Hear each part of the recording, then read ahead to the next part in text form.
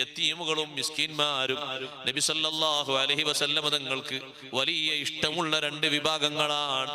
അതുകൊണ്ട് ഒരു യതീമിനെ കണ്ടാൽ ഉമ്മമാരെ, സഹോദരങ്ങളെ വെറുതെ വിട്ടേക്കരുത്. യതീമിന്റെ തല തടവൽ സുന്നത്തുണ്ട്.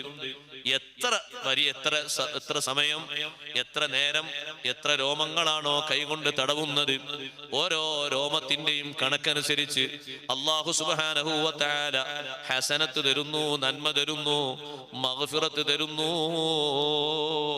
കാന ലഹു ബികുല്ലി ശഅറത്തിൻ തമുറു അലൈഹാ യദുഹു ഹസന.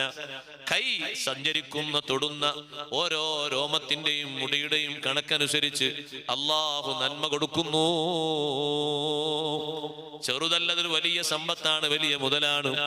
യതീമിന്റെ തല തടവിയാൽ നമ്മുടെ മനസ്സ് ലോലമായി കിട്ടും, നമ്മുടെ മനസ്സ് സന്തോഷമായി കിട്ടും. യതീമിനെ പരിഗണിക്കണം. കുടുംബത്തിൽ ഒരു യതീം ഉണ്ടെങ്കിൽ ആ യതീമിനെ പരിഗണിച്ച് സ്വർഗം പുൽകണം.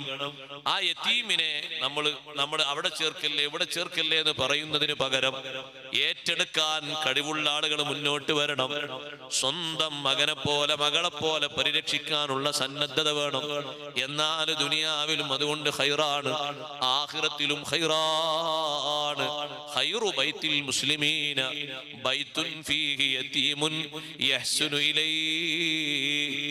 മുസ്ലിങ്ങളുടെ വീടുകളിൽ ഏറ്റവും നല്ല വീട് യതീം താമസിക്കുന്ന വീടാണെന്ന് സയ്യിദുനാ റസൂലുള്ളാഹി സ്വല്ലല്ലാഹു അലൈഹി വസല്ലം. ആ വീട്ടുകാർ ആ യതീമിന് ഭക്ഷണം കൊടുക്കുന്നു, വസ്ത്രം കൊടുക്കുന്നു, പഠനങ്ങൾ നൽകുന്നു, വളർത്തിക്കൊണ്ടുവരുന്നു. ഏറ്റവും നല്ല വീടാണ്. മുസ്ലിം കുടുംബങ്ങളിൽ ഏറ്റവും നല്ല കുടുംബമാണ് യതീമുകളെ നോക്കുന്ന കുടുംബം. അവരെ വളർത്തുക, അവരെ നന്നാക്കുക, അവർക്കൊരു സ്ഥായിയായ വരുമാനവും അവസ്ഥയും എത്തുന്നത് വരെ അവരെ വിടാതെ അവർക്ക് സംരക്ഷണം ഏറ്റെടുത്ത് നടത്തുക.